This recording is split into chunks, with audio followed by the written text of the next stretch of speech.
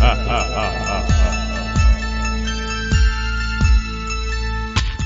to you live from the Chamber of Hunter Studios, this is Hunting You. I'm John Schelt. I'm Keoni Hutton. And I'm Leslie Reed. You're welcome, John. That did not have the intended effect. I'm not going to lie. That was a tremendous disappointment to me. What was the intended effect? I was hoping you would spit out your drink or fall out of your chair out of surprise or something. But what you don't understand is your intro is so long. I have plenty of time to both recover and be ready to talk. I know.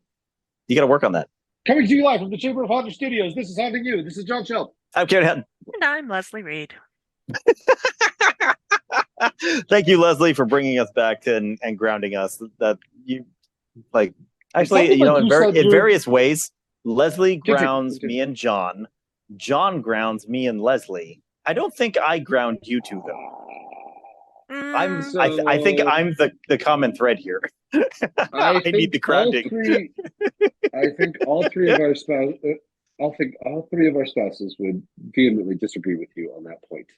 Yeah. But none of us ground each other. We only encourage. Encourage each other.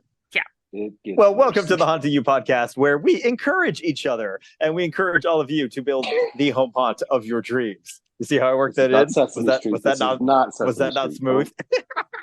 By the way, you want to, at some point when you're doing the edit, you should listen to when you said your name really quick. I could have sworn you said Captain Ahab. I am Captain Ahab. Given your hatred of dolphins, that actually kind of makes sense. It kind of works, right? Does your ship have a harpoon? No. Can we install one? This country. Yes, we probably could. Well, ships don't even have harpoons. But we can install them. We could install. What would your boss say if you said, "I need to requisition a harpoon"? You know what? I'm going to do the research later, but I'm pretty sure that there is a national stock number for harpoons, and so I could actually order one. But I'm reasonably sure they're missiles now. Missiles aren't any fun. I'm pretty sure the only harpoons in the stock system are actually missiles. I'm sorry. On what planet are you saying missiles are no fun? It doesn't have the same. It just doesn't have the same feel to harpoon. Oh no, it certainly doesn't. But that doesn't make it not fun in its own way.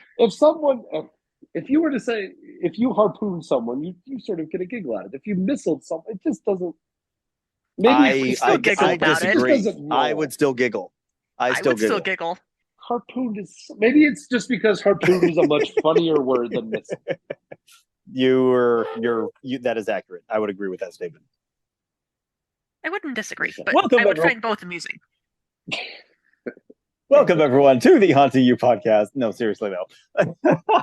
It has been a long time since we were able to get together and podcast, as you all probably saw, because we did not actually successfully put out a podcast episode in the month of September, which is for a Halloween podcast, really, really bad.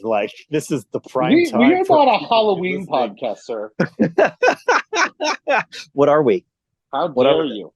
What would you say we are, John? Hold on. I'm going to look it up. Complicated. He's going to look it up. We are complicated. We are definitely complicated. There is no doubt there. I believe we fall under hobbies. We do. That sounds right. Like hobbies/entertainment. Hobbies and occasionally how-to, depending on the platform that I'm uploading to. It is in fact hobbies. Leslie's correct. We are a hobby podcast. So do you want to play? Because Halloween, how to build some model airplanes next time. Oh, we could. Or harpoons. And put them on ships. Okay. Actually, if we built them a harpoon, you wouldn't have to requisition. You could just show up to work. And it's hey, so I got this harpoon. So who wants to help? I'm seriously debating cutting out all of this. I mean, all things considered, you probably should, but you could always pick and choose some random. We'll see. Honestly, we'll see what happens because crazy things happen while I'm editing, and I cannot predict how it's going to work out until I listen to it. If I had a nickel for every time you said I'm cutting that out and then left it in, I'd be a rich man. That is, if I had a nickel for every podcast we did, I'd have like $1. 75 nickels? $2. I'd have almost $2. Right. I think Yeah. though, you'd be rich if we just like assigned a hunting you swear jar. I would Well, be rich sort if of. we said a hunting you swear jar. Well, unless the money comes from you. Speaking of which, that's a fair point, because I would just be paying it and then paying back myself. Like it'd be very circular, kind of I think incestuous. Leslie and I might contribute like 5 or 10 cents an episode, and you might contribute like $4. Something like that. Yeah. But and on that note, I want to apologize to all the people who listened to our last episode, because upon re-listening later, I realized I forgot to bleep A lot. more than once. And I apologize if you're listening with kids in the car or anything else like that. Hopefully that did not happen. I will strive to do better. But in the meantime, I'm sorry. Oh my God, I missed you. So, holy crap. It is October 1st, and the month of September was just absolutely freaking wild. Stuff has been happening in all of our lives that just did not allow us to get together. My ship is deployed, and before the ship deployed, I was helping build the Candlelighters ghost house. Like 2 days before I deployed, I was at the ghost house putting the finishing touches on my space. It turned out beautiful, by the way. I am so excited, and everyone should go check out our YouTube page at youtube.com/@hauntingyou, just the letter U, and see the video that I'm posting, or by the time this comes out, will be posted, because I built a New Orleans style crypt and did all the brickwork out of foam, and it turned out freaking beautiful. This is my favorite build that I have ever done now. I'm so excited with how it turned out. That's high praise. Right? Like, I love the crypt that I did for Sanguine. I love the crematorium that I did for Sanguine, but this is a thing of beauty. Holy moly, it turned out great. But I had a thought about you being able to use the crypt for yourself someday, and then remembered it was foam. So one day maybe I'll get into stonework, and we'll see how that turns out. Just cut that out. Fair. But it is now October 1st, and we are into haunt season. Haunted houses are starting to open across the country. Many opened just a couple of weekends ago, and it is incredibly exciting to see the reactions and all the hype, through all the Facebook groups. I'm so excited to see the hype for this year, because people are really excited to be going out to see haunts. So I hope all of you are taking a moment away from your builds to go and check out some local haunts, get inspired, and appreciate all the work that is going in there. That actually, I think, is a perfect segue into what we want to talk about today, because I made a very deliberate effort this year, because I knew that, one, I was going to be underway for Halloween, and that was really just depressing. Two, I was not going to be able to build a haunted house. That means I potentially have some free time to do things in October that I'm not able to normally do. And that is a freaking rarity. Oh, and the third thing, I'm transferring, Coast Guard is going to move me to a new job again next summer. And so this is really my last year in California, which means it's my last opportunity to take in the California haunt scene. So all of these things have come together just in kind of a beautiful way that allowed me to make it to Halloween Horror Nights Hollywood for the first time in my life this year. And I want to spend the next hour talking about it, because I have many, many, many, many, many, many thoughts. Holy crap. First of all, let's talk ticketing. Really quick, before we get too far, when you were doing this whole thing, I need to know a couple things. What were you wearing? When you arrived on the scene, what were you wearing? I went incognito. I was wearing my Universal Monsters shirt that glows in the dark, and a Universal Halloween Horror Nights hoodie that I had purchased the previous year. So I was wearing last year's Horror Nights hoodie and a Universal Monsters thing. So I was completely incognito. No clipboard. No clipboard. I had a voice recorder with me so that I could take notes as I was, after each haunt. I wanted to be able to take notes so that I would have ideas fresh for when I go back to talk about it here. Okay. But I did not have any outward sign that I was there as like a podcaster, a member of the industry, someone who was analyzing. Like I wanted the customer experience. Sure. All right, and I think I got the customer experience. Like I very much feel like I got the customer experience. Let's talk tickets real quick. So I'm a Universal season pass holder because the military offers really awesome discounts on that, and if it pays for itself in 2 trips. And even though I live in San Francisco, we definitely make it more than twice in a year. Halloween Horror Nights is not captured in any of the annual passes, so it is a separate ticket, and I'm sorry, there's no way around that. That being said, it starts at $77, so it's not an unreasonable ticket for most nights. Weekend nights go up a little bit more. I think it's 130-ish or 110-ish, something like that. But considering it's Universal Studios, or like per person, that is per person. But it's getting you into Universal Studios. Many of the rides are still operating. Not all of them because of where some of the haunts are, but most of the rides were still operating. And because everybody's there for the haunts, the rides lines were 5 minutes across the board. Beautiful. So I jumped on several rides that I'm not usually able to go on. One, because like usually go with my kids, and they have no interest in going on the Transformers ride or the Mummy ride. Yes, it's a little intense for them. Oh, okay. You said you. Yeah, I have interest. My children do not. Okay. But so like that by itself worth the cost of admission if you're into like thrill rides like that. But because of my job and the fact that the ship was deploying and all of these factors, I had one day to experience Halloween Horror Nights in all of its glory.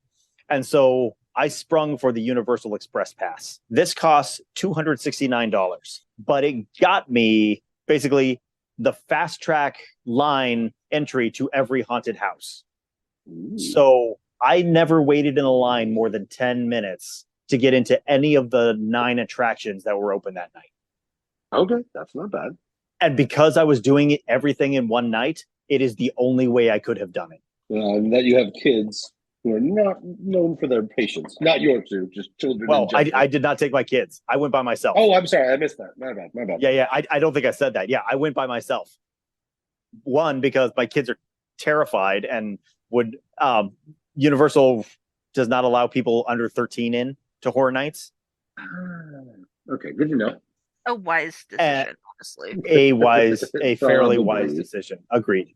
Yeah, but so Universal Express Pass got me into every ride fast, but it only lets me, or not ride, well, ride as well, but every haunted house, but I could only do each one once that way. If I wanted to go back again, I would have to stand in the regular line. They also offer, they call it the Universal Express Unlimited Pass. It's an extra $40, but you can you get the express lane as many times as you want to any attraction.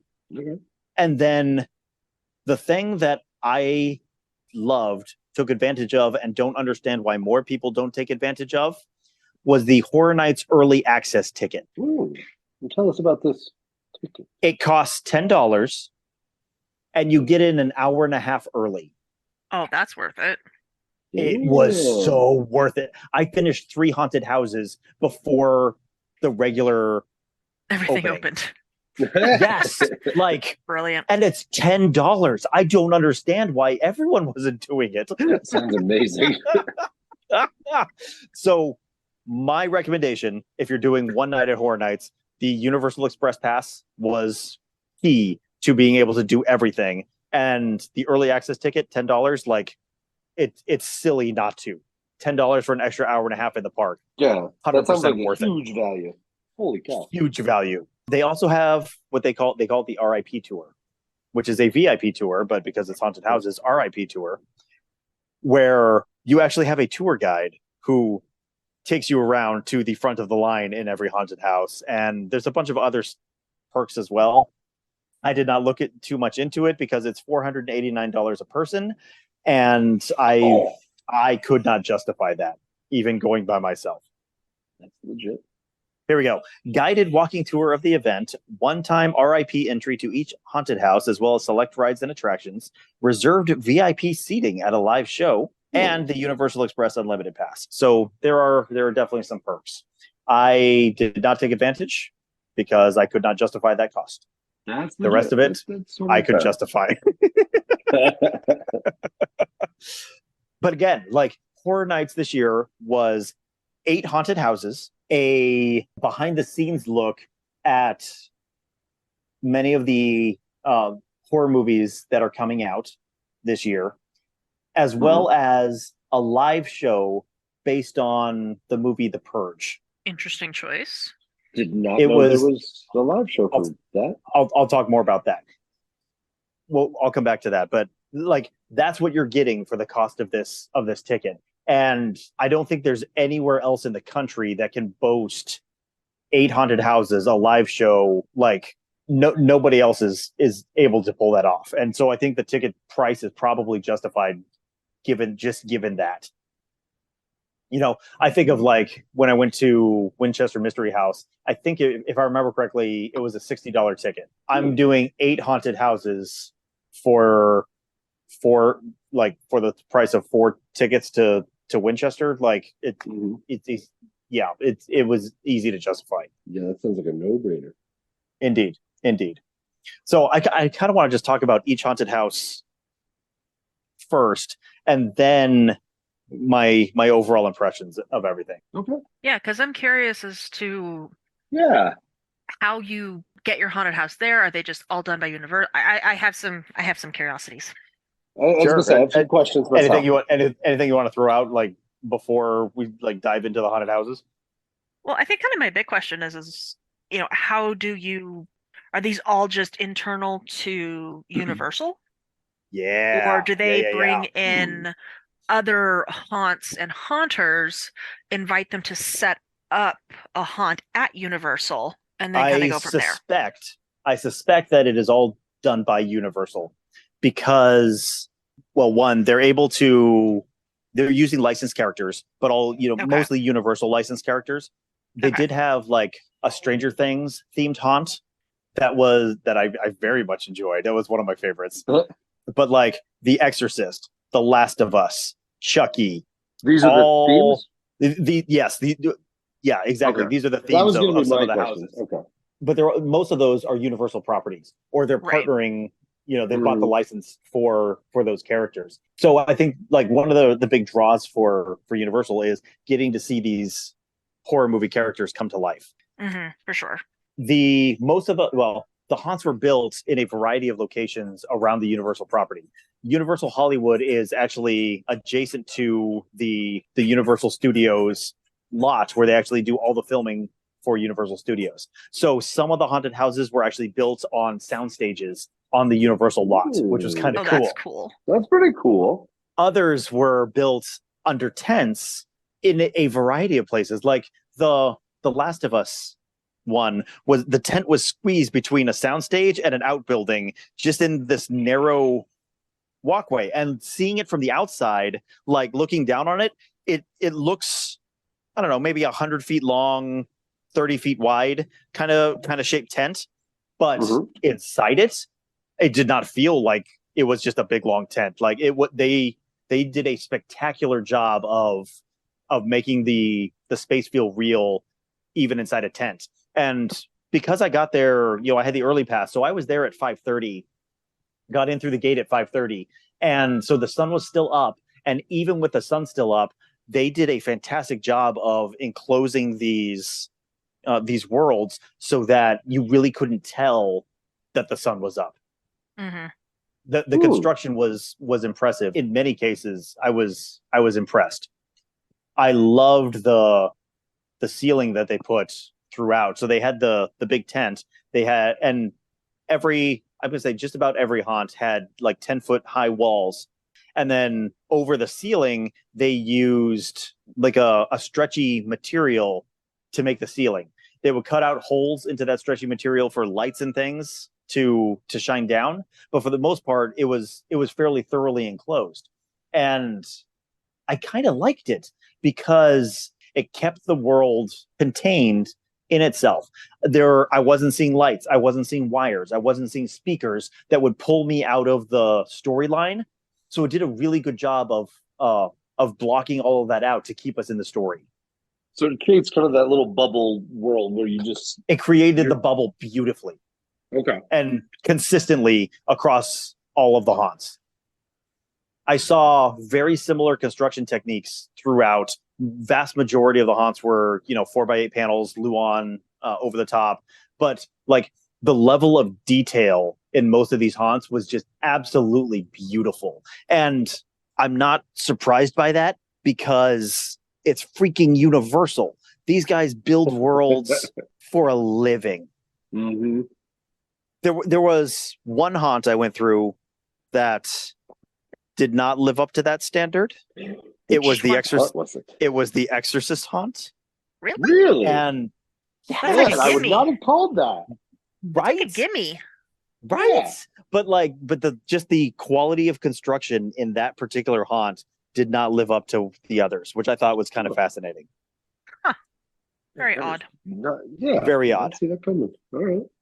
But okay, I'm diving into details. Other thoughts, Les, that I can answer as a precursor. So just in terms of, and I guess this kind of is less precursory and more as we go on, how effective would it be for home haunters, smaller haunts, to utilize some of the techniques in terms of set building that Universal? We could absolutely do it. Everything that I saw, I could achieve. And there are a ton of home haunters out there who I think are capable of pulling it off. What has always frustrated me as I'm building has been ceilings, because it's so hard to find something that can stand up to the weather, particularly the weather in Colorado. Like if I just lay tarps over the top, we're going to get snow. It's going to crash through anyway, and it's not going to do any good. Universal gets around that by using these massive like party tents, right? And they're very strong. They're big, fat pipes, can take a lot of weight, but you can't see any of that because they're putting the material over the top of the walls. So you have the protection from the elements, from these really rugged tents, but you're still creating the world inside underneath. And even better, like that gave them a ton of room between where the ceiling is on the haunt and the top of the tent to be putting all of those other things, fog machines and haze machines and lighting and audio. Chord sound. It's basically, instead of trying to run everything underfoot and prevent a tripping hazard, it's all above the ceiling. It's a fantastic setup. And if I could get hold of enough tents, we could absolutely freaking do this in my driveway. But tents are expensive. So and I'm not sure I want to rent a tent maybe I do want to rent a tent. Like that may be something we look into in the future. So if you can't buy it and you're not interested in renting it, it really only leaves one option. Find it in the trash. You actually said that one, John. That's what I was going to say. That is what I was going to say. I know it is. I knew it. Dumpster diving. I knew you were going to recommend that, John. 100%. Thank you for bringing it up. Feeling felonies or anything. Definitely not that. Yeah, we do endorse that too. We do. You do. No one else does. Let's be very clear on that point. All right. So before I jump in, do you guys remember a couple of years ago when I went to their Walking Dead attraction? You were very disappointed, so that's why I'm a little surprised to hear that they pulled it out this time around. Hold that thought. All I've said so far is the construction was beautiful. This is true. Let's be clear on that. Okay, let's talk about the haunts. It's about to get rough. Before you start, please remember, if you see if you remember any weenies in any of this, please make sure to let us know. Indeed. I will indeed. Right. And I want to just take a moment real quick to warn all the listeners. There are going to be a little bit of spoilers ahead. Good call. I really can't talk about Horror Nights and the attractions without talking about what I saw. And so if you have not gone to Horror Nights, if you are planning to go to Horror Nights and want to be surprised, stop listening right now and come back to this episode of the podcast after you have gone, because I am not going to censor anything. I am going to give you my honest and completely biased unfiltered opinion. Yeah, I'm going to give you my honest and unfiltered opinion of what I saw and what I experienced. There will be F-bombs. There will definitely be F-bombs. There always and a quiz are. At the end. Make sure you take notes. Wait, is that for us? Yeah, I am definitely quizzing you, John, and there will be math involved. All right, I'm busy. I got to do stuff. So, like I said, I got there. Yeah, I got there at 5:30. Gates open at 5:30, and in fact, the gates opened a little bit before that, so they could start pushing people through. And because I got the early access pass, I was among the first, 1,000-ish. I did probably not actually 1,000, but it was a massive crowd. I was there on a Thursday, and it was still freaking shoulder to shoulder. Like, it was packed. I was there on a Thursday because Friday, Saturday, Sunday of when I was going to be in town were sold out, and Thursday was the only day that had any tickets left. By the time I got there, though, it was also sold out. So every night that weekend, completely sold out. So immediately booked it down to the lower lot where they had 4 haunts set up.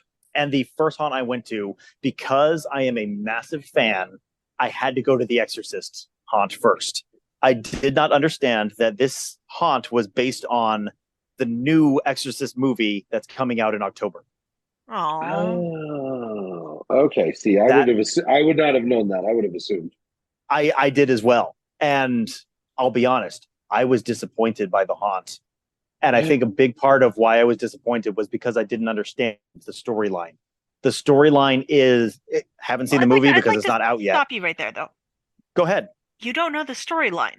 That should make no difference because you walk into almost any haunt not knowing the storyline. Right. Yes! I was just thinking that. Regardless of whether the film is out or not, that shouldn't affect somebody's understanding of a haunt and the storyline as you go through. You just nailed it on the head, Les. And that was very, very frustrating. Of the film. I saw this several times on several of their haunts because they have a few that are like just generic monster-y type haunts, and I'll talk about those. But they have several that are also very specific to a movie or very specific to a TV show that follow the movie, follow the plot of the movie, follow the plot of the TV show. And they were very different types of haunts. They were set up very differently. And for someone like me, not necessarily, well, I just freaking love haunted houses, right? Sure. I want to be able to walk into any haunted house and enjoy myself. And not understanding the storyline just makes it a series of jump scares and really beautiful, potentially, not in this case, really beautiful sets and lighting. And I can appreciate all of that. But without the story to draw me in, I'm just walking through dark halls. Yeah. Right, it's just an average haunted house that you're not involved. You don't have that. I'm not involved. That's it. I'm not involved. I'm not invested in the storyline. I'm not involved in the storyline, and it changes the experience significantly. Was this like a push at, now that you've been to this haunt, go see the new movie that opens in theaters, blah blah blah? I suspect so, because the movie comes out like in mid-October, so it's going to be out here in a couple of weeks. But the haunt's been open since early September. Like, there's no way the people who come to Horror Nights for the first almost month are going to have seen the movie. And I was so confused walking through that haunt, that probably because of my preconceived notions that, Exorcist. Sure. I didn't understand the scenes I was looking at. But I think that would be Leslie and I assume the same thing. So, I mean, that's a fair assumption to make. I think so as well. And that left a sour taste in my mouth when I was done with that haunt. And it was so disappointing because it was the first one I went to, and I was like,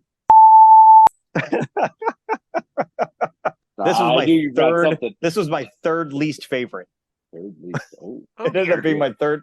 Yeah, so 1, 2, 3, 4, 5, 6, 7, 8, 9. Yeah, I can't wait till we get to your least favorite. Of the 9 attractions, this was number 7. Okay. It was my 7th favorite out of 9. I ranked it number 7 out of 9. And How many and it was all does it get? You can't give me a right number though. We haven't established a scale. You're right, but we should totally establish a scale. In fact, we're going to establish a scale right now. Five jack-o'-lanterns? No, wait. Okay. Out of 5. Like, I'd say we do it out of 5, right? I'm fine with that. I would give this a solid 2. Ouch. Maybe 1.5. I don't know if that's solid, man. Like, I feel like 3 is solid. That's all right. Like, all right. And honestly, it all came down to story. Sure. Because I could not understand the story of what was going on, I could not enjoy the haunt for what it was. Well, and I spent the entire time. I spent the entire time wondering what is going on. And that's something you can get from any haunted house, any generic haunted house you walk in. You expect something a little bit more from a place like Universal. Yeah, absolutely, absolutely. So that experience was a little bit disappointing. But it's going to get better, Universal. You can still sponsor us if you want. We can help. Don't worry, it'll get better. It'll get better. But here's the thing. Like, I'm super excited to go see the movie now. So if their goal is to get people to go see the movie, you know what? Nailed it. But your marketing worked on you. Your marketing worked. I did not enjoy it as a haunted house. All right, fair enough. They have your money. They're probably good. That's it. They already got my money. If some of them fell flat, they're probably not feeling too bad about it. I don't know if they're getting you in the theater to see it. Then they're probably calling that a win. They're getting my money again. So yeah, exactly. All right. So that's really all I want to talk about the haunt, the Exorcist haunt. I have some other thoughts on it, but as I've found out, it's really thoughts about how they run their haunted houses in general more than about that one. So I'll save that for the end. So the next haunt I went to was called Holidays in Hell. HOLIDAYZ. Holidays in Hell. And the concept I found really amusing. I already like it. There's not a storyline exactly, but it takes you through a year. And you walk through rooms that celebrate different holidays through the year. So you start out at New Year's, and then you go to Valentine's Day, and then St. Patty's Day, Easter, the 4th of July, and then I think it jumps straight to holidays. Halloween. Yeah, just annual holidays. And then Halloween, Thanksgiving, and Christmas. And there was a scene based on each one of those holidays, and a different monster based on each of those holidays. So like I'm not sure I can say what the monster was for Valentine's Day, but it was eating a heart, which I was amused by. And like, rabid Easter bunny, evil leprechaun. That's redundant. Oh my gosh. Yeah. Okay, fair. I loved the scene at Thanksgiving because they reversed it, had a turkey family eating Thanksgiving dinner with a person on the platter. Like, beautiful. I cracked up at that scene. All right, that's pretty good. It was creative. It was amusing. It was. I wouldn't go so far as to say there was a coherent storyline, but there was at least a coherent theme, and the way they executed it was really amusing. It was entertaining. How's that? With something like that, it doesn't sound like you need to nail down anything like real specific for a story. And absolutely not. I was impressed that come Christmas there was not a Krampus. I was going to ask about that. I appreciated that there was not a Krampus because I feel like that has gotten crazy over the last few years. But yeah, I like it was fun. I enjoyed it. I was never scared at any points inside that haunted house. Okay, but it was, hold on. But seeing the way that they portrayed each of the holidays in a frightening manner was very creative. I would ask, is it really fair to grade them on a scale of if they have scared you? I think it is fair. I don't know. You're not exactly but you're not exactly your average guest. That is accurate. You're grading them while you're doing this. That is true. And I will explain later why I did not get scared. Because I didn't pick up looking at the production value. I mean, there is some of that, but like, I'm so distracted looking at the production value. They should be able to scare me. I don't know, because my attention is not necessarily. In many cases, I was looking for actors, but in a lot of cases, I was like, I would have put an actor there. Why is there no actor there? How much were they using actors versus animatronics? A lot. Every haunt had at least 15 actors in it. Ooh. And like, to be fair, these are not enormous walkthroughs. Like every walkthrough probably took me 10 minutes to get through. But to pack 10 or 15 actors into a 10-minute walkthrough, like, that's a lot of actors. Yeah. And despite that, to do something about the writer's strike is unresolved. Yeah, exactly. And despite that, I never got scared, which was a little bit disappointing. Didn't they come to an agreement? Like they have a the writers have a tentative agreement, but the actors, sure. Well, the actors have nothing at this point, but the members of the union still have to vote on that agreement, so nothing's finalized yet. No, but they're not picketing. Up in the air. We're still waiting for Dr. Acula. We're still waiting for Dr. Acula. That is accurate. Someday. So, Holidays in Hell, I would give that 2 pumpkins solidly. Okay. It was creative. It was original. I enjoyed the way that they kind of portrayed the way they spookified every holiday. But it was not very scary, and the scares were not particularly original. Okay. Which, as I found out, was a theme throughout the rest of the night. Spoilers. So honestly, I rated it lower than Exorcist. That was number 8 of 9 on my list. But it sounds like you enjoyed it more. In retrospect, I think I've enjoyed it more. But there was at least enough scenes in The Exorcist haunt that I thought they did spectacularly. Like, there was one hospital scene where I assume the Antichrist or some similar, like some demon is trying to burst out of a woman. And the way the scene was put together, very well done. Very much enjoyed. What a sentence. Whereas Holidays in Hell, like it was creative, it was amusing, it was not no as well surprises. Done. No surprises here. The Thanksgiving scene is the one that really sticks out in my memory, and the rest of them were just kind of like, sure, Okay, legit. Okay, so from there, I went to Stranger Things, and this haunt is based very heavily on the 4th season of Stranger Things. I am a huge Stranger Things fan. My wife and I have watched every season. We love it. And I was so looking forward to this haunt. It literally walks you through the storyline of season 4. Almost episode to episode, it's walking you through the seasons. And so, like, it starts off at the trailer park. In fact, the facade for it is the trailer. And, like, it's so... throughout this haunt, it's so like screen accurate. It felt like it brought me into the show. I loved that. That was fantastic. And the audio soundtrack that they're using straight out of the show. And so same thing. It really feels like it's dragging you into the show. And because it's a series I know, it's a series I love, it's a storyline I know, it was very easy for me to slip into the storyline and get lost in the storyline in this case, in a way that I couldn't on Exorcist. So again, relying on prior knowledge,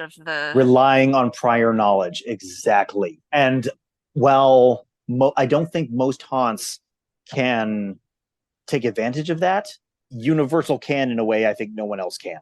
Yeah, which means it's kind of sad that they aren't doing a great job of it in other places. But again, like, Universal, call us. We can help. Call us. We will help. In fact, now I'm more inspired than ever. Like, I can help. But like some scenes in this one, we saw Vecna a lot. Vecna is the main bad guy in season 4, and he popped up several times throughout the haunt. So clearly multiple actors who were wearing the same costume, but gives you the feeling. costume that can be on multiple actors without losing it in reality. Absolutely. You know, the whole thing is it's basically a giant latex suit. Anybody can put on the suit, and you're not losing anything. And so it's very easy to shift actors into this role. But by having him follow us throughout the haunt, gave it a effect is chasing us kind of feel, and it was wonderful. It literally took us through, like I said, scenes from the show. So we had the trailer park. We went out into the desert where the lab was. We ended up in the upside down and in the forest with like the trees and the clocks and like, oh my god, it was so well done. It was beautiful. 5 pumpkins. 5 pumpkins. Stranger Things gets a 5 pumpkins. No, Stranger Things gets a 4.5 pumpkins. What drove me nuts on this one was the audio.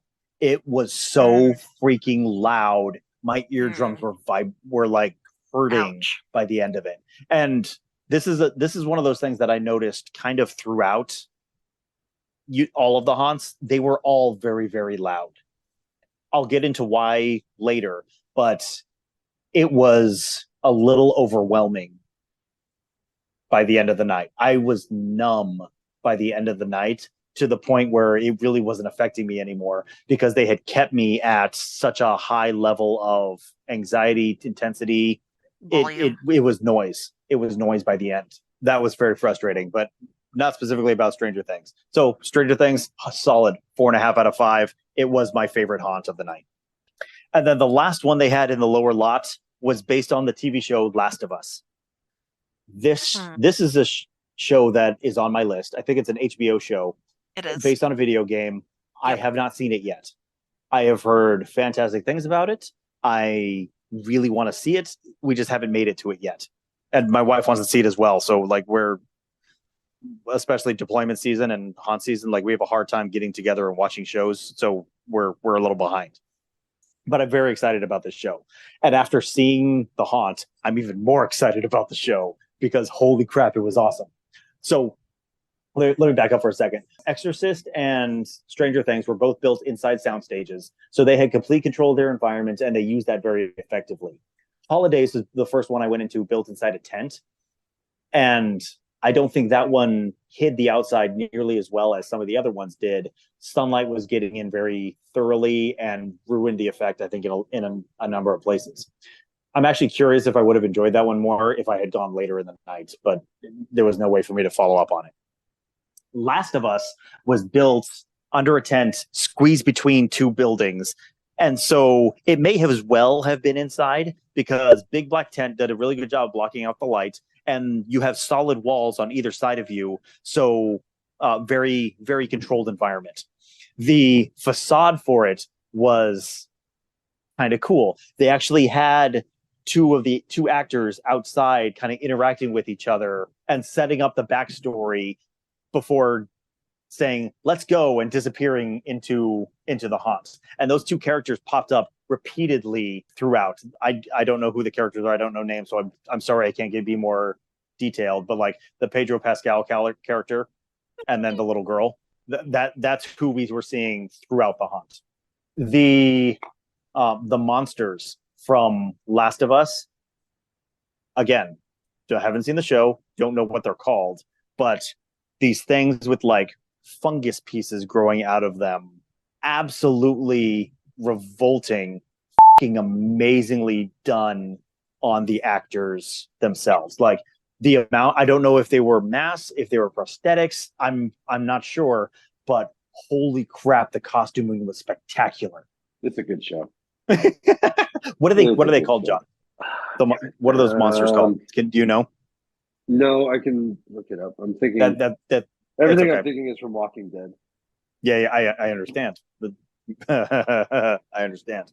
Yeah, they are fungus monsters, if I remember correctly. It's a virus/fungus that infects people and either turns them into zombie-esque or these fungus beings. It's a fungus. See. It's a fungus. Well, that explains. They have different types in the game. So they're clickers, bloaters, shamblers, and I think they also just refer to them as the infected. Yeah. Well, like I said, I think this costuming on this one was absolutely freaking spectacular. They were beautifully done, and I'm very I would love to know how they made those costumes, because they had to have been incredibly resilient, because the actors were moving around a lot and jumping from behind stuff. And I have to imagine they're crashing that thing into the walls all the time. And yet they're holding up. So super cool. Really enjoyed the costuming there. This is another one where we had multiple actors playing the same characters. And so we're getting to see the characters kind of progress through the storyline. And I was fairly impressed by how close the actors look to each other, because it's very clearly they're not wearing masks. They're not there. It's just them. But they did a very good job with the makeup and the costuming to make these actors look like each other. It was very well done. I was impressed. And again, I didn't know the storyline, but in this one, it didn't really matter, because it was at least like a coherent storyline. The story was told well over the course of the scenes. And I think having the actors out in front prior to entering the haunt and setting up backstory helped enormously. It gave me enough of an understanding of what I was going to see that I wasn't completely lost as I was walking through. Uh-huh. Something that drove me crazy, though, and this was the first time that I took note of it. You know, those like plasticky screens that you use for going, say, in and out of a refrigerator, that the doors open all the time, slats. Universal was using those constantly to break up scenes. And I don't fully understand why. The corridors were very twisty, turny, back and forth, very short sight lines. And yet they were still using these curtains to further break up the sight lines. And yet there were several places where there would be two of these curtains, one right after the other, with maybe, I don't know, 3 or 4 feet in between. So you're inside a little square room with curtains on either side. Nothing happens inside this little room. Why are there 2 sets of curtains? I don't understand. I wonder if it's either for COVID protocols or just throughput management. I don't know. I legitimately do not know. I doubt it was throughput management, for reasons that frustrate the crap out of me, and I will talk about more later. But I don't understand. I truly don't understand. And I'm very curious why, because they didn't seem to add anything, and they drove me nuts. You're just wondering what they were for the damn. I was. But more than that, like, it was taking me out of the story. Because every time I had to take a moment and move one of these things out of my way, suddenly I'm confronting a screen, I'm confronting a curtain instead of a monster. And it annoyed me. Curtains can be monstrous. Yeah, curtains can be monstrous. And if one of those curtains had attacked me, I would be less angry about it. But because they use them so much. I was going to say, I they think use we them have so the idea much. For Case Hunt. Yeah, exactly. So, oh my God, absolutely freaking. It'd be quite a challenge. I absolutely freaking loved The Last of Us Haunt. It was very beautifully done. I love the way that they brought us into the storyline. They explained the storyline. The storyline was coherent. The set was freaking beautiful throughout. And they made really effective use of the space that they had in this super long, thin tent stuffed between 2 buildings. Like, everything about this freaking perfect. Solid 4.5, maybe 5 out of 5 pumpkins here. Like, absolutely phenomenal. I loved every minute of it. The only complaints I have were the same complaints that I have with every haunt that Universal put on, just the way that they run their haunts. This was number 2 out of my 9. This was number 2. Mm-hmm. Only because I knew Stranger Things. I haven't seen Last of Us, so I like the Stranger Things a little bit better. But in terms of like quality of the haunt, Last of Us might be a little bit better than Stranger Things was. Ooh. Right. I'm multitasking now, designing the haunt for you in my head. There are a lot of curtains and a lot of that's not a haunt. That's like my hell. Yeah, potato. Fair. So from there, so that was the last of the haunts that were down in the lower lot. There were, there's a bunch of rides down there. Jurassic Park ride was open. I do that one all the time. I didn't feel the need to do it again that night. I went on Transformers for the first time. Had a lot of fun. I had not been on it before. It was a blast. The Mummy ride, it's a solid dark roller coaster. Okay. But you know what? Like, what surprised me about the Mummy ride, it's a solid dark roller coaster, but as you're like running through the hallways, you see like blacklight respondent figures painted onto plywood hanging off to the sides. Interesting. And I remember thinking as I'm riding this roller coaster, well, I could have done that. So that surprised me. Right. Because like the queue line for the ride is freaking beautiful. It's like an ancient Egypt theme. You're going like into a temple, and like the queue line's amazing. The ride did not live up to the queue line, which surprised me. That is rough. The queue line was better than the actual. Okay. Right? Ooh, I wonder. I Anyway, have Carrot Top telling jokes at yours. Okay. I'm gonna write that down. So I'm done. Yeah, no more to say about that. So from there, headed back up to the upper lot. Okay, before we head to the upper lot, let's take a moment to hear from our sponsors, and then we will jump into the last half of my experience.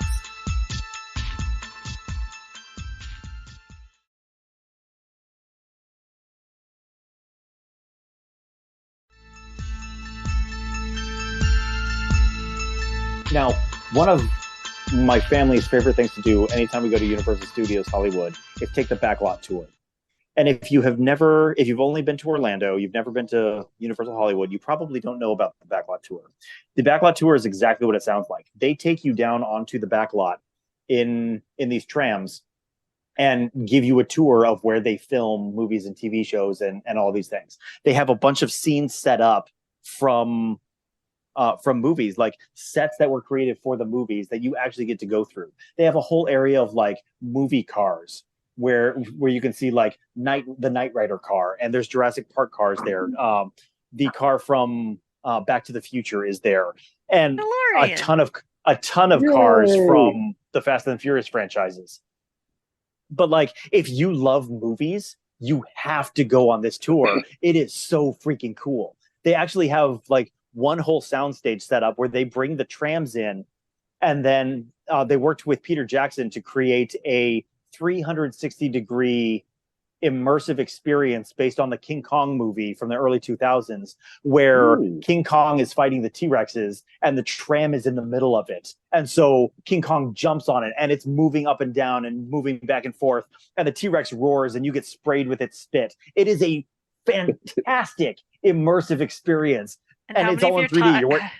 How many times have your kids dragged you through that? Every time we go, they want to see it. Like, but then they've also got like all these practical effects. There's a subway station where you drive into the subway station, and while you're in there, there's an earthquake and things catch on fire and the roof collapses and water comes rushing in and a train derails, and it's all happening right there with you. Like, it's all automatic animatronics and effects, but it is so freaking cool. So if you've never been to Universal Studios Hollywood, go to Universal Studios Hollywood and take the backlot tour. It is well worth your time. It is freaking fantastic. That sounds awesome. All of that said, it's super cool. Seriously. All of that said, that is not what they were doing tonight for Halloween Horror Nights. They set up a haunt over the course of the backlot tour. So we all loaded up onto trams, and then the tram drove us to the first location. And the first location is the Bates Motel, where Norman Bates is normally dragging his mother out of the hotel and putting her into the back of a car. So that like, they take us to the hotel and then they drop us off, make us get out of the vehicle, the tram, and we have to walk through a bunch of these movie sets that they have modified the storyline to meet this new story. That's awesome. So the haunt was called Terror Tram, the Exterminators, with a Z again. And when you get on the tram, the first thing that happens is the tour guide says, welcome to Halloween Horror Nights and all this stuff. And then in the middle of her talking, an alarm goes off, and a woman comes over the screens on the tram where Jimmy Kimmel is normally providing commentary. Yeah. But sorry, carry on. Fair enough. It wasn't Jimmy Kimmel. It's not Jimmy Kimmel. The one from SNL who was partners with Tina Fey on Jimmy Fallon. Jimmy Fallon. Sorry, Jimmy Fallon provides commentary. Oh, that's much worse. I love you, Les. So, but anyway, alarm goes off, and this woman comes on talking about, there's been a breach. I forget what exactly the storyline was, but basically, bugs are now able to mutate, and they've become as large as humans. Oh, hell. And as we're watching, an ad comes on. Like, picture the most sleazy used car salesman you can imagine. Okay. Now imagine that used car salesman is a giant cockroach. I mean, stick with me. Sort of. Stick with me. You're not wrong. But the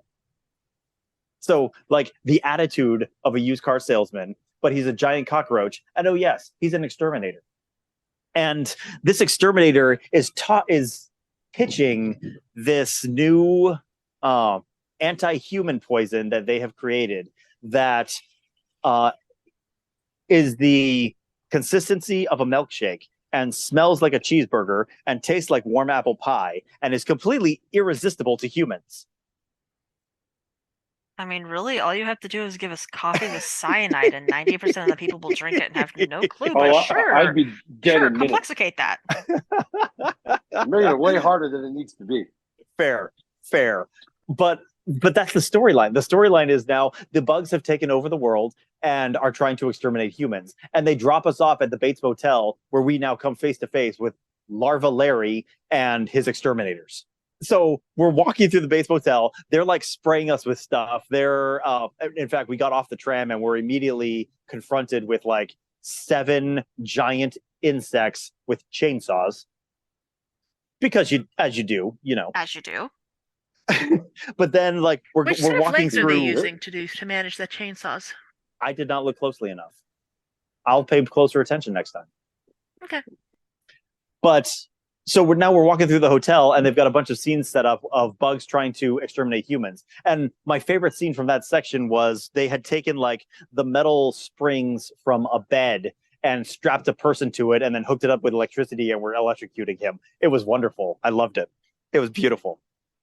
But then, like, we go from there up to another section where the movie War of the Worlds. There's a giant plane crash scene where a 747 crashes into a suburban neighborhood. To make that scene, Steven Spielberg went to an airplane junkyard and bought a 747, and then broke it up to build this set. And that set still exists on the back lot of Universal. So that's the set that we walked through. Nice. And like, you don't have to do much to change it. They just added, some bugs here, some signage here, and it's just a disaster zone. It's freaking perfect.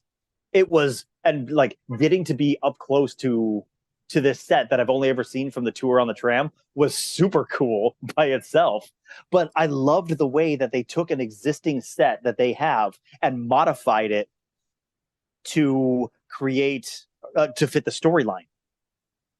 It was absolutely freaking wonderful. Yeah. So awesome. we go from there, and then there were a couple other scenes, but the last one was a scene from the new movie Nope. Have you seen that, Les? N-O-P-E? Nope. I did. Yeah, I didn't either. Ashley did, and she loved it. She said I need to watch it. But they have a whole new scene now set up from that movie, and so we walked through the city that from that movie, and just freaking bugs everywhere. Like the costuming, fantastic. I love the way that they used existing sets and modified it to fit the storyline. Mm-hmm. The way that they brought us into the story just by loading stuff on the tram and then literally dropping us off into the world was perfect. Mm-hmm. Because it took us out of the amusement park and dropped us into the scene. It was excellent. Very, very much enjoyed it. And then at the end, they picked us back up on the tram and took us back in. It was a blast. That's funny. That's also a really good way of doing things, though. It was a surprisingly good way of doing things. And it made me think of like Fear Factory in Salt Lake City. Mm-hmm. They don't have the parking because of where they are to have a whole bunch of people. And so they actually run a bus from a local mall to bring them out to the haunted house. What a way to get your guests out of their world and into your world than literally loading them up onto a bus and driving them to your world. Mm-hmm. Like, as long as the experience is immersive from the moment they get off the bus, it's a perfect way to set them up for coming into your world. Yeah. And you don't have to worry about parking because they're all parking at the mall. Yep. That solves a lot of problems. So the tram, absolutely freaking solid. I give it 4 out of 5 pumpkins. But surprisingly, number 6 on my list. Interesting. That just means that it's got to get better from here, right? Well, we certainly should hope. We should hope, indeed. So from the tram, now I've got 2, 3, 4. Yeah, there are four haunts left at this point. And I'm basically halfway through my night, and it's been like 2 hours at this point. So I'm rocking it, all because of this unlimited pass or the express pass. It was well worth it.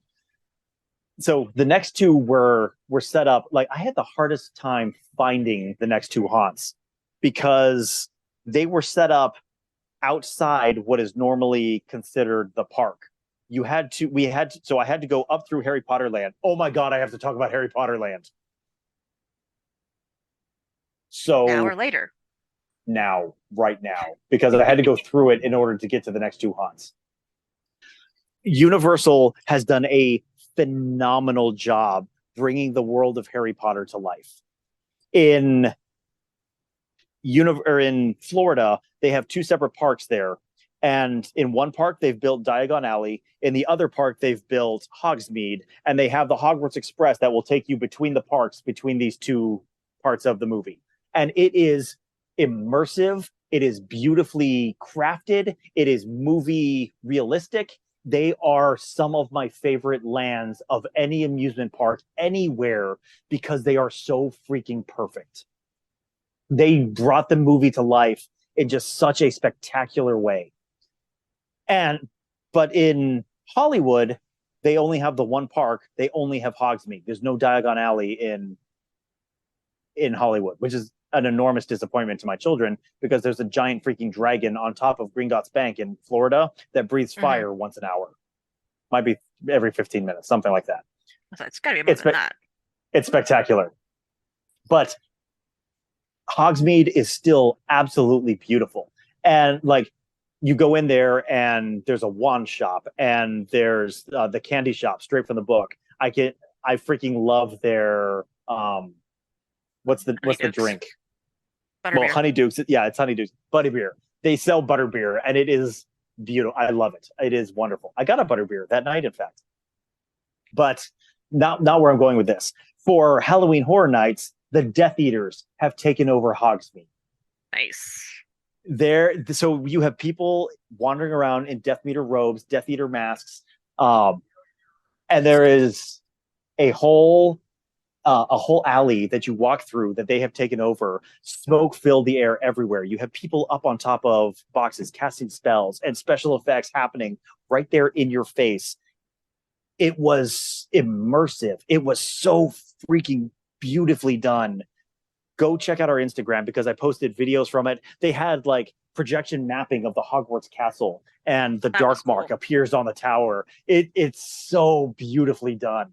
And it was just such a great element. Even though there was no haunted house anywhere here, bringing the darkness of Harry Potter into the land kept it within the character of the land and gave us the opportunity to experience that part of the story, a part that we don't normally get to experience at the parks. It was so freaking cool. Oh my God, I loved it. But we were only walking through because I was on my way to 2 other haunted houses. So I had to go all the way to the end of Harry Potter Land, past the Hogwarts castle where there's normally a wall, the wall was open, and we got to go backstage of the park to get to these other two haunted houses. The first one was called Monsters Unmasked. And I'll be honest, I misunderstood the theming of this one. My fault, not theirs. I assumed it was the classic Universal movie monsters and a theme based around that. It was not. Okay. It transported us to France and then dug into legends and storylines that all take place around Paris. So, like, we had the Phantom of the Opera, we had Dr. Jekyll and Mr. Hyde, we had Hunchback in Notre Dame. Hunchback, yes, thank you. That's exactly the one I was trying to get to.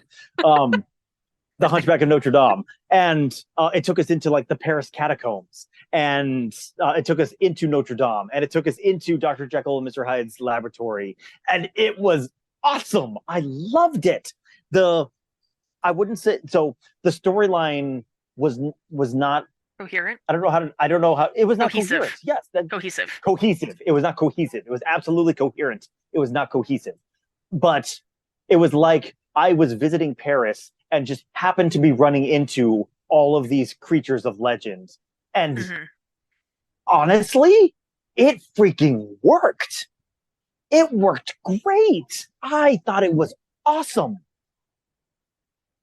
I loved their portrayal of the different characters. So, like, Quasimodo was so much more hideously disfigured than any other rendition I've seen. Probably closer to, like, the book. Probably what Hugo actually meant. Exactly. He got very Disney-fied, and then, again, I'm still beyond amused that Disney decided that Hunchback was the best option for a Disney film. Yeah, seriously. I will never not think that's hilarious. But like the Jekyll and Hyde scene, we actually had Dr. Jekyll there in the lab. He drinks the potion, he disappears behind a counter, and then a monster comes roaring out at us. Like, seeing the transformation right there in front of us. And I think they did a very good job of doing the transformation, just dropping him out of sight for a second. Another actor pops up in a completely different costume, but slightly related. It was awesome. It was absolutely flawlessly done. And then, like, we had the Phantom in his lair playing the pipe organ, and then lunging at us and jumping at us, and it was awesome. I had so much fun in that haunt. It was great. Nice. I give it a solid 4. And it was number 4. It was the 4th best haunt I went to that night. Okay. Right across the street was the next haunt. And this was a haunt based on Chucky. Oh. If you don't know who Chucky is, where the hell have you been? Because he has been one of the most, like, reused characters since the 80s in Universal Horror. He's got 6 movies or something like that now, like something absolutely crazy. But he is a doll that becomes imbued with the spirit of a serial killer, and then the doll comes to life with the spirit and goes on a rampage trying to kill people. He has a worse potty mouth than I do. And they capitalized on that in this haunt before you even walked into this haunt. So you start out in the queue line at the factory where they're making the good guy doll. And the facade for the haunt is literally just a, 15, 20 foot tall stack of good guys in their boxes, 20 feet tall, 20 feet wide, with an arch in the middle that we go in to enter the haunt. And above that arch is one box that has a TV screen behind it with the animated Chucky stuck inside his box, talking to the crowd. And he's swearing at the crowd and just going wild in a way that only Chucky can. But every time he does, he's getting bleeped, like censored. And he addressed it. He's like, why are you bleeping me? One of those was a bleep, and the other one he actually said bleeping. It's in my contract that I'm allowed to say so and so f bombs in every movie. What are you doing? Like, so he broke the fourth wall. He addressed what was happening, and we're just standing in the queue line, and he's entertaining us. It was fantastic. I loved it. It was so much fun. And then we actually enter the haunt, and now we're seeing scenes from various Chucky movies. So there's, the original Chucky, there's the Bride of Chucky, there's the Spawn of Chucky, and we're seeing characters from all of these coming or being brought to life inside the haunt. Oh, Leslie, remind me to talk about the rack. Talk about the rack. Talk about the rack. Do not let me forget. Okay. So we're seeing all the scenes from the movies inside here, and Chucky is popping up just left and right. Some of them are animatronics. There was one that was actually like a puppet where the person was wearing Chucky on their arm, had a fake arm, very a la VFX, and they were attacking themselves with the Chucky puppet, but they were controlling it. It was a perfect use of a puppet. I freaking loved it. And then we get to the end, and there is a 9-foot tall Chucky doll that is the last thing that we see that comes lunging out of us and swinging his knife and trying to gut us. It was freaking great. That's hilarious. I love it. It was absolutely hilarious. I loved every minute of it. And this is one of those times where I think they did a phenomenal job of bringing the movie character to life, true to his movie self in every way.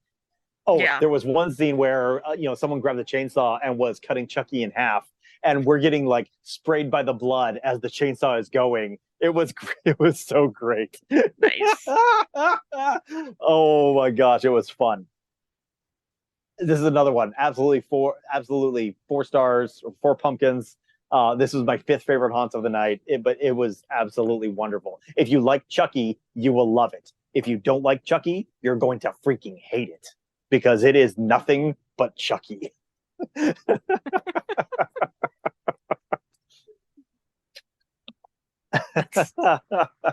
Oh, that's too funny.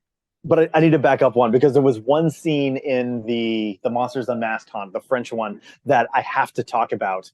And it was a torture chamber where they actually had a person on a rack and were ripping his legs off.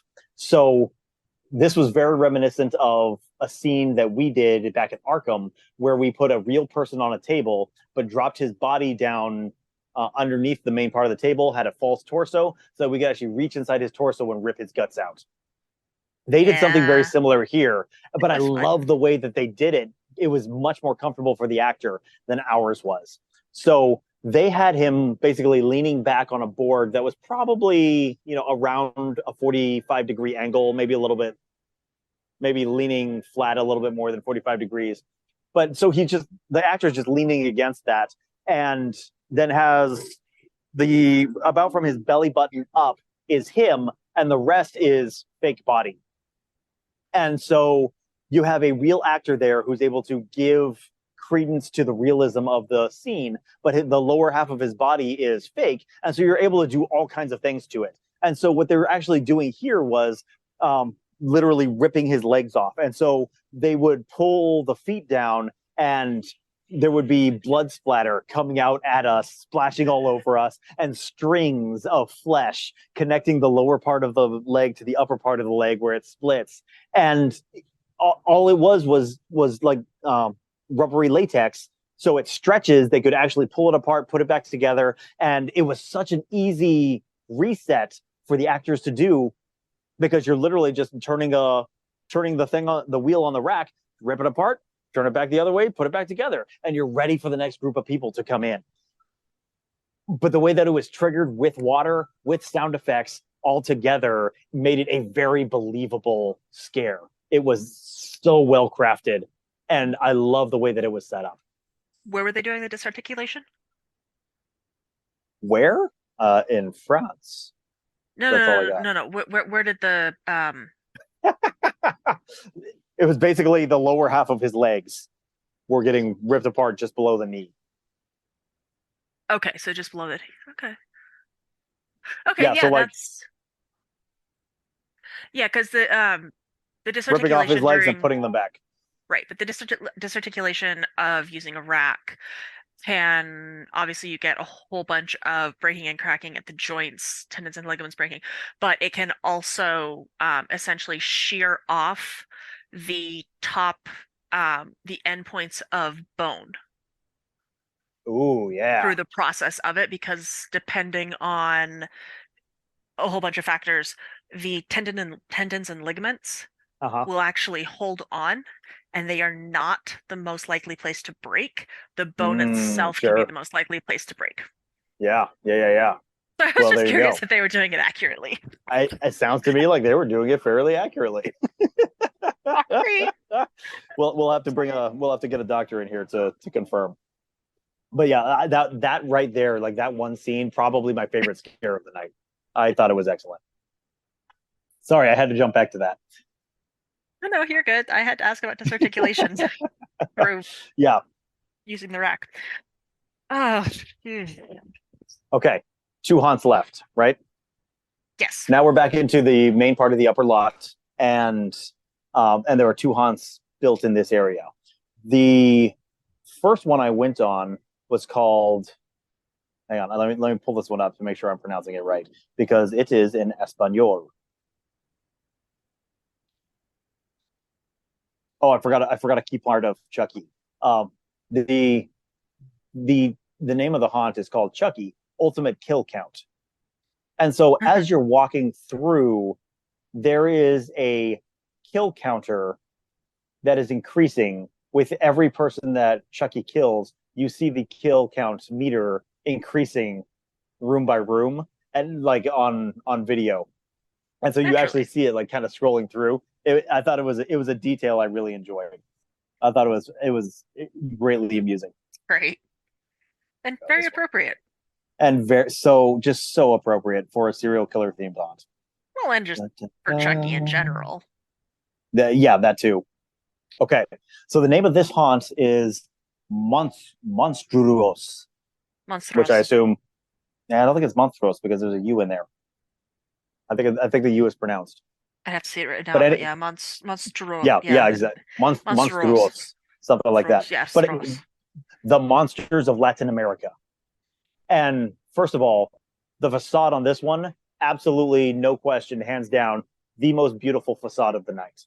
It's set up like a Latin American graveyard, and the facade itself is every time we come to talk about this part of a graveyard, I can never remember what it's called. You have the wall with all of the graves into the wall. You know what I'm talking about, Les? Yeah, the catacombs. It's not a catacombs. Like you go to a cemetery and there's a certain part of the cemetery where you just have a bunch of walls standing with Yeah, yeah, yeah. Well, I mean, crypt sometimes, but it's not a crypt either because a crypt would be a yeah, standalone structure. not always, but yes. Hold Not on, always. hold on, Yeah, hold Les on. is going to look this up while I continue talking. But that's the facade. There were candles in a few of them lit up and flickering, and it looked like it was designed to look like Mausoleum. marble. Mausoleum. It is a mausoleum. So it's set up like a Latin American mausoleum, and it is just absolutely gorgeous. Looks like it's carved out of marble, very fine carving for all the names and the details. Just absolutely beautiful. Go check out my Instagram. There was a picture of it on there. I I loved it. But you enter the mausoleum, and then you're like actually in the catacombs. You go down into a catacombs, and then you go to like a farmhouse scene, and there's just a whole bunch of scenes. And what I loved about this haunt was they took mythology and stories from a part of the world that I am not familiar with and brought it to a new audience in a just really engaging way. I should have done more research so I could identify some of the things that I saw. But like, there was definitely a chupacabra. Recognize the chupacabra. But there was also like something with the head of a chicken that was pulling out people's entrails. Very Oh, appropriate. that is hold on. Les will look it up. But I think it was what I love about this is it was completely original. I've never seen Latin American monsters done anywhere else in a haunted house before. And to bring that to a new audience, I thought was just super cool. I really enjoyed it. On top of that, this was the one that it really hit me. They were using smell incredibly effectively. Like there was one scene with pigs, and it smelled like pigs. Or like you walk into a room full of straw and you could smell it, like it smacks you in the face. It was an intense smell. I don't know if they're using smell pods or something else, but it brought me into the world in a way that none of the other haunts quite did that night. So the immersiveness combined with just the absolute beauty of the construction, combined with the complete originality of the monsters that we're seeing, and again, not I would say, cohesive storyline, but a showcase of all of these legends that I was being introduced to for the first time. I loved that experience. That's awesome. Did you find it, Les? Les? It's if we're talking Aztec, it's I'm butchering this because my Aztec is not great. Fair. Huitzilopochtli is Aztec son Seems and war likely. god. Yeah. Okay. Like I said, I highly recommend. It was wonderful. This gets a 4.5 out of 5 pumpkins. It was my third favorite haunt of the night, just behind Stranger Things and Last of Us. Nice. And then the final haunt, Evil Dead Rise. An ancient curse rises in a new setting, an LA apartment building. The Book of the Dead is about to unleash unimaginable horrors on you and your Scream Squad. Evil has come home. So, remember earlier I talked about the Walking Dead haunts that I went to a few years ago, and I talked about extensively on a podcast episode. Objected to strenuously. Objected to strenuously, and there were many things that I hated about it. Yes. This haunt was built in that same building. Hopefully, and slightly better done. No. Oh. No. Oh dear. Not better done. Worse done. All of the things that I loved about the Walking Dead haunt, like the queue line was spectacular on that haunt. It was, it took us into like an abandoned hospital where the dead had risen, and so there's like medical gear and stuff that we're walking around, and like it was immersive. This was not immersive. This was a conga line that took us through a zombie apocalypse type scene, and all of the things that I hated in The Walking Dead were done exactly the same in this haunt. Oh dear. To be fair to Universal, this was the last one I had gone to. I was tired. I was overwhelmed. The audio throughout the night had been at such a loud volume that I was deadened to it. And I had very little energy left for this haunt.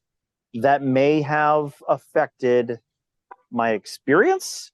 Probably. I mean, this is one of the things with these events that are multiple haunted houses all within one area that everyone, you try and, go to as many as possible, is you really can and do hit the point of just overload. Saturation. Yeah. Saturation. And so I don't feel like I gave it a fair hearing in part, but also like all of my preconceived notions about the Walking Dead ride, as soon as I realized we were in that same space, all of that came rushing back to me, and that definitely tainted my experience as well. This was my least favorite of the night. I thought in general the storyline was only kind of mediocre. The sets were compared to everything else I had seen, and the scares were predictable and bleh. Predictable. They were predictable. Like I hate predictable. and so one pumpkin is what this haunt gets. Yeah. And it was a disappointment for the last one of the night. Yeah, it sounds like all of that said, like the overall experience, I'm so glad I went. But I have a number of frustrations with the way that Universal runs their haunts that need to be aired. I already talked about audio, or I talked about the volume of the audio. But what I find really interesting, every haunt has its own audio soundtrack, and all of the actors' dialogue and the cues for scares are on that audio soundtrack. The actors are given no ability to improvise.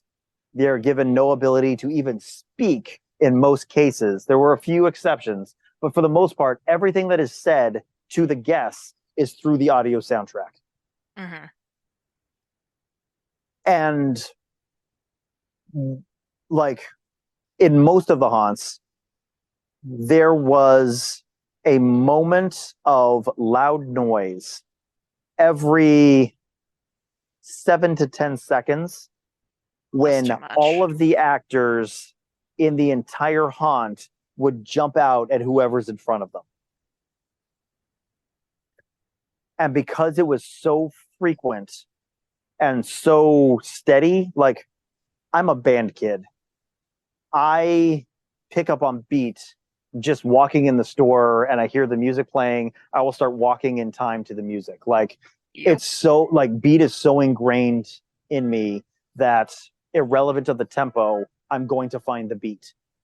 And to have it as regular as every 8 seconds, I knew exactly when every scare was coming. Yeah. And that was such a disappointment. To have the entire haunted house choreographed on the same tempo took away any ability of the actors to take advantage of situations and just left me knowing exactly when people are going to jump out. Like, well, this is where I see it kind of where they're trying to come from, because it sounds like to some degree they're trying to make these haunts and their ability to use the actors as interchangeably as possible. By having everything on the same beat structure, you can rotate people into whichever haunt you need to put them in, especially given just the type of costuming that we've talked about as well. All of these things are fantastic when you're trying to run a haunt from a external logistical perspective. From a let's bring people into the action, it's can be a high risk choice, because yes, some people will absolutely not notice it, not get it. But the minute you have people who do, it completely takes them out of the scene. It's a double-edged sword to have your haunt, especially when you're running multiple haunts like this, timed to having everything timed to the same set of beats. Yes, you can absolutely interchange actors based on need and who shows up where. But for anybody that has any sort of experience following musical beats or show beats, they're going to pick up on it right away, and it's just going to make the entire haunt predictable. Exactly. And that I found that just so incredibly frustrating, because the worlds that they built inside of these haunts were just so freaking beautiful and immersive for the most part. Not always, for the most part. But like it was a hell of an experience. And for the scares to be so predictable was very frustrating. Yeah. And to make it worse, there was vast majority was the exact same scare over and over again. They all jump scares? They were all jump scares. And it was all like jumping out from behind a panel. So you would walk into a space, there would be like a cutout of the wall and something would jump out from the cutout. It was a hole in the wall that things were jumping out of. Easily 80% of the scares across the entirety of the 9 haunts were like that. Mm-hmm. I'm going to take the tram out of that part of the conversation because just very different setup there. But the other 8 haunts, they were right. 80% of the other 8 haunts were almost the exact same scare. Yeah. And the lack of originality there surprised me. I mean, they set this up and run it for how long? 6 weeks? Daily? No, not daily. I mean, Thursday, Friday, Saturday, Sunday, every week for 6 or 7 weeks. Okay. I mean, if just from a logistical standpoint, trying to put this on, I mean, again, they don't get a pass with this because, I mean, it's because it's Universal. Freaking Universal. But say you're a smaller haunt and do not have a budget like Universal, which is, you know, pretty much all the rest of us. I get it. It makes it easier. You have one type of thing, and again, you can interchange your actors. It's very, very easy to set it up and move people where you need them. Universal does not have this excuse. They literally have professionals everywhere and a budget that most of us can not even dream of. There's a part of me that wonders, though, like, are they doing too much and the quality of the show is suffering because of it? I mean, or are they just not putting enough resources for what they're putting on? I think it's the second one. I mean, just based on your experience with their Walking Dead haunt. Absolutely, because that was a year-round attraction that was always running, and it had the exact same problems. Yeah, I think this is very much more a case of... like, this is something that they are known for. Oh. People look forward to Horror Nights every freaking year, and, like, the impression that I walked away with was,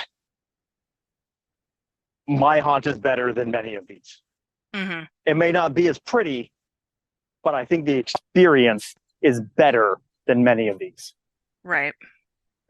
And my budget was $3,000. Like, yeah, I don't think Universal gets a pass. I think at this point, you know, they're masking quality with quantity. Yes, I think it's exactly what's happening.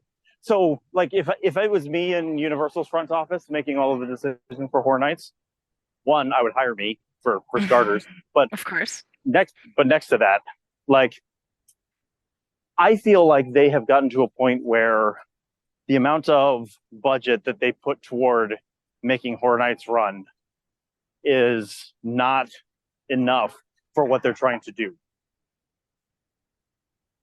Yeah. And there's a part of me that wonders, like, one, I was there on a Thursday, so I wonder if they don't have it fully staffed because it was a Thursday. But as I mentioned earlier, every night was sold out. Right. So I don't think that's a good reason if they're doing that deliberately. Like, I don't think that's a good idea. I don't think that, again, I'm not inclined to give them a pass because it's Universal. And, you know, we absolutely know that haunted houses have become, you know, to some degree, significantly more popular, well advertised, etc. in the past few years. So it just feels like a money grab where they're putting it on.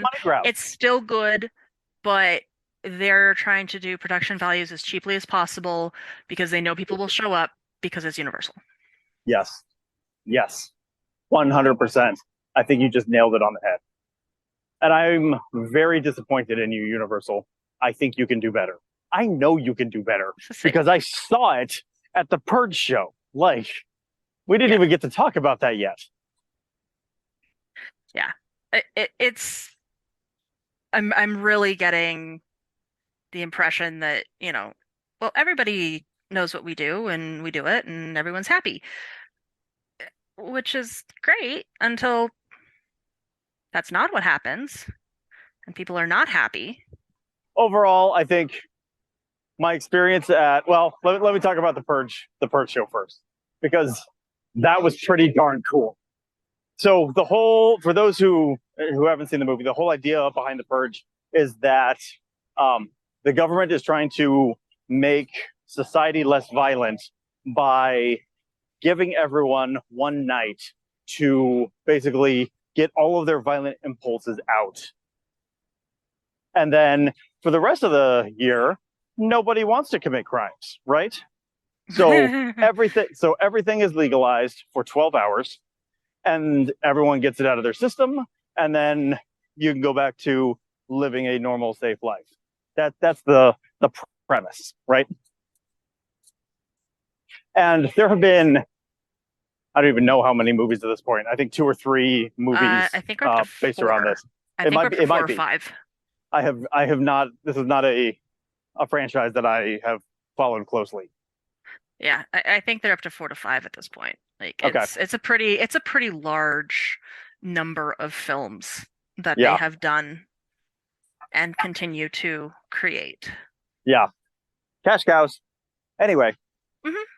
I mean, everybody wants to think about what they could do if they didn't have any consequences for their actions. Yes, I think that's true. So that's the premise of the movies, right? And what they did is they took that and created a whole live action show around that franchise. And it's staged in the facility where Waterworld is normally shown. Oh my God. If you've never been to Universal and not seen the Waterworld show, you are missing out. Wait, is this based on the Kevin Costner film? It is 100% based on the Kevin Costner film. Oh, beautiful. Yes. So now I got to give a little more background. The premise of the Kevin Costner film is that the Arctic ice caps have melted and almost all of the land has been completely submerged. And so humanity has survived by building these man-made structures they call atolls that everybody lives on. And there's basically not exactly an arms race, but everyone is looking for land because it's going to be the most valuable resource in the world, right? Yep. Yeah. And that sums it up. Thank you. Thank you. I'm glad that did it. I mean, and then there's just Kevin Costner. And then there's Kevin Costner.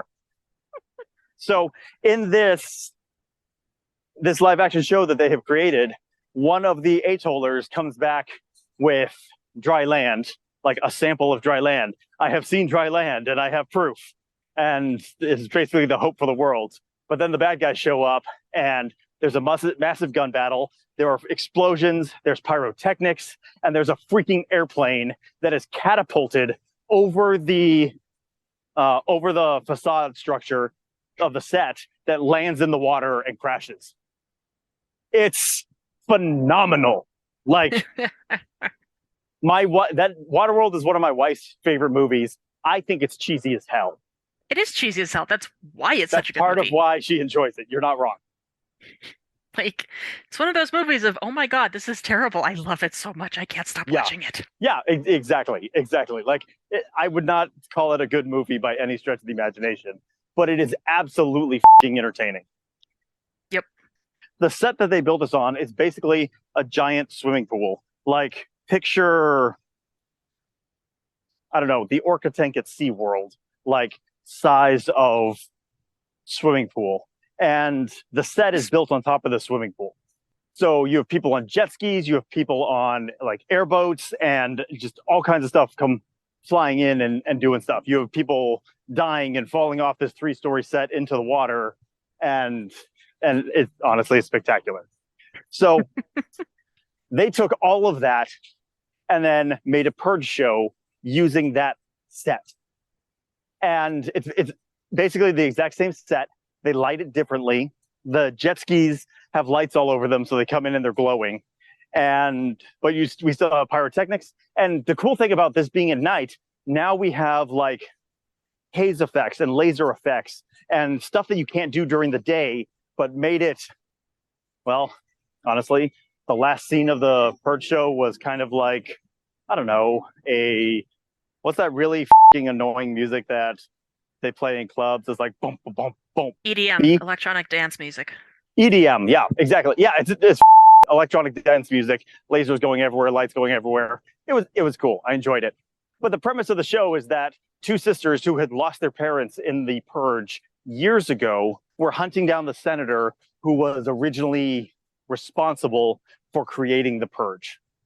And they track him to this offshore oil platform where he had taken refuge to hide himself during the purge. And they murder the out of him. Excellent. And I don't use that term lightly, because like the level of gore that they achieved in this live show was impressive. Very impressive. Especially because they're doing it 3 times a night or something like that. They've got a good reset basis. They've got a great reset basis. I don't know what they were using, but like they would be beating each other with melee weapons, bats or pipes or whatever. And I was sitting all the way at the back of the arena, almost as far back as you could get, and I could see blood splatter coming from these weapons. Like, I want to know how they do it because it was freaking awesome. Well, and that's where that is a production value. This is their bread and butter. Like, this is what Universal does. They do special effects. They do all of these things for movies. It's what they're good at. And so I would expect this to be a spectacle. And it delivered. Holy moly, it delivered. It was a blast. I don't even particularly care for the franchise, as I said, because I'm not into just like serial killing, blood and gore. That's not true. I love serial killing, blood and gore. What am I talking about? I don't know. Something about the purchase has never really appealed to me. Well, but the premise is flawed. Why do you say that? Because it won't actually prevent people from doing violence the rest of the time? I got to do whatever I wanted for 24 hours, and that satiates me for the next 365 days. No, it's not. You freaking kidding me? All it's going to do is escalate because you're going to find so many more people who otherwise would never have attempted this, who suddenly realize, I like this. I like this feeling of power.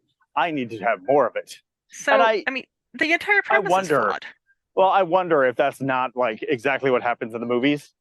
Like, after seeing the show, I kind of want to go back and watch the movie now and see if they address some of these, I'm going to just say, concerns. When your basic premise is questionable because of human nature, not because of course there'd be nobody running around taking people's faces off with a chainsaw. Right. But when your basic premise is human nature will be okay with this, that's where I run into problems, which is why I hate economists. Why I hate economists. Oh, you amuse me to no end. I have major issues with economics and economists. So yeah. Because their base premise is wrong. Human beings are not inherently rational. I can't even argue. Like, no. I'm as irrational as they come. Anytime I brought that up, I've argued with Alex over this multiple times. God, I don't even know how many hours we spent arguing over the fact he could never convince me. He could never convince me that basic premise wasn't completely flawed, making the entire profession highly suspect. Highly suspect. Exactly. So let's sum up. Was it worth it? Unquestionably, I think the experience was overall absolutely worth it going to. I'm glad I did it. It's rare to have the opportunity to see 8 haunted houses in a night. I mean, most people will not see 8 haunted houses in a year, much less 8 haunted houses in a night. The haunted houses overall were very beautifully constructed. They were fascinating and really fun storylines. Oh, and Universal has that ability to bring in characters that you will not be able to see anywhere else. So it really is your only opportunity to dive into a movie and become a character of the movie. All of that being said, I think they could do better at that. I mean, again, that seems to be our general consensus of Universal's. With Universal, exactly. And it's a little bit disappointing. Like, after going, I did some research on, like, wasn't even doing research. I was just scrolling through Hunter's Hangout or something, and I saw a post where someone was discussing this very topic, and consistently across the board, everyone was saying, don't go to Universal, go to Not Scary Farm. I'm like, well, I wish someone had told me that last week. But no, I'm glad I went. I enjoyed the experience. It gave me a ton of ideas of things that I think that we can do in our own haunt, particularly like in construction techniques and ways of making our walkthrough more not immersive, but blocking out the outside world a little bit more thoroughly. I love the effect that the 10-foot walls gave. Our walls at Sanguine last were closet doors, and so at its max, we're talking they were, how tall am I? I'm 6 feet, so they may have been 6.5 to 7 feet tall in general, and it was, I mean, it's noticeable because you can see over the walls anywhere you're looking. By making them 10 feet, there was never a time when, just in me looking around, that in my peripheral vision I could see the top of the walls, and that made the experience more immersive. It also helps with sound control. Sound is going to carry over walls that are just above an adult human head height. Yes. It's not going to carry if it has to go up and over nearly as much. So again, you can maintain just that much more of a surprise. Yes, with absolutely. What you're building and creating. Yep, you are absolutely right there, Les. And I love the way that they did ceilings, the stretching the fabric over the top underneath the tent. I really like how that gives us the ability to hide all of our systems, our lighting, our sound up above the ceiling in a place where people will never see it, and maintain that immersive environment, maintain the storyline, maintain the suspension of disbelief for all the people walking through. Absolutely fantastic.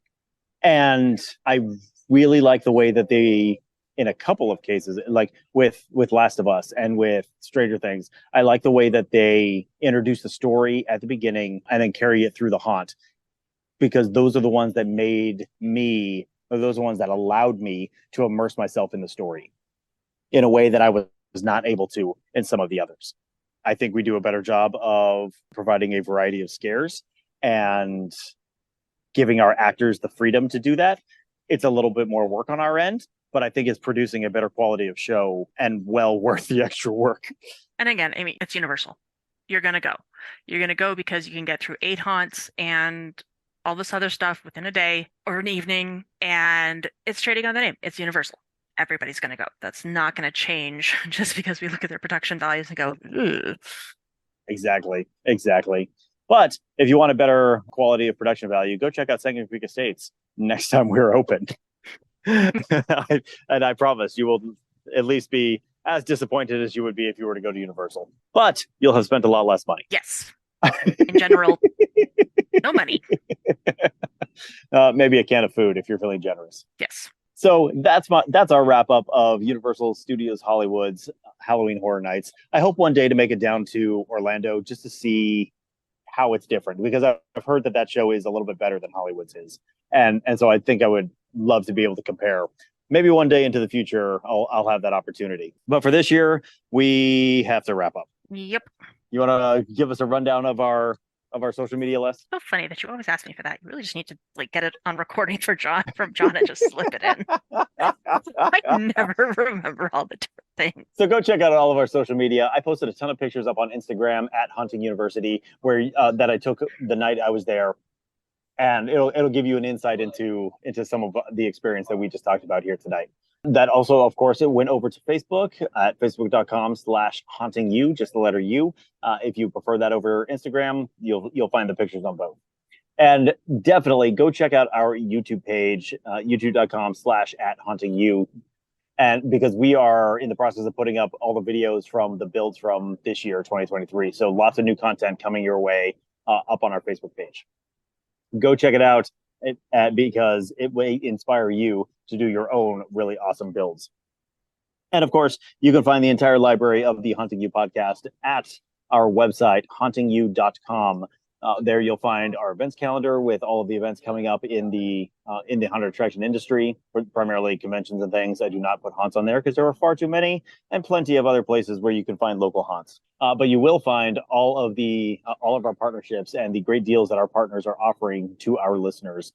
Spectral Illusions, of course, has to get a particular shout out here because they are one of our best sponsors, and you can get 20%, or excuse me, 15% off of your digital effects order by using the code HauntingYou15. Les, what else do we need to say before we wrap it up? Well, I think the most important thing is, for those of you who are still building your haunts, best of luck. You'll make it. Don't worry about it. It'll all get done. To those of you who are getting ready to open your haunt, either this weekend or next, best of luck. And break a leg. Not a patron's leg. Only if they misbehave. Only if they misbehave. But yes, best of luck to all the haunts getting ready to open, and for the rest of you throughout the course of your season. This is our October episode. There will not be another one before we get to Halloween, but we are planning to release a special episode on Halloween with more of our favorite spooky stories. So you can look forward to that on October 31st. So because of that, good luck to everyone. We hope you have a fantastic season, and we will see you after the season. Well, from all of us here at Haunting You, happy haunting, and we'll see you again next time. Bye, everybody.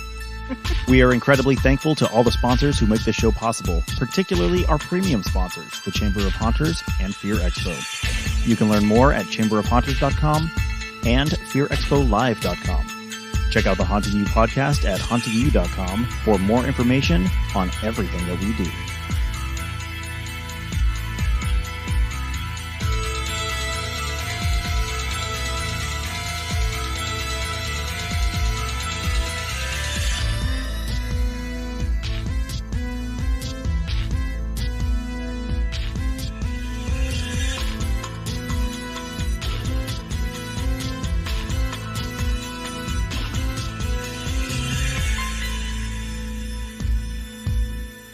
Haunting You is a production of the Rocky Mountain Home Haunters, LLC.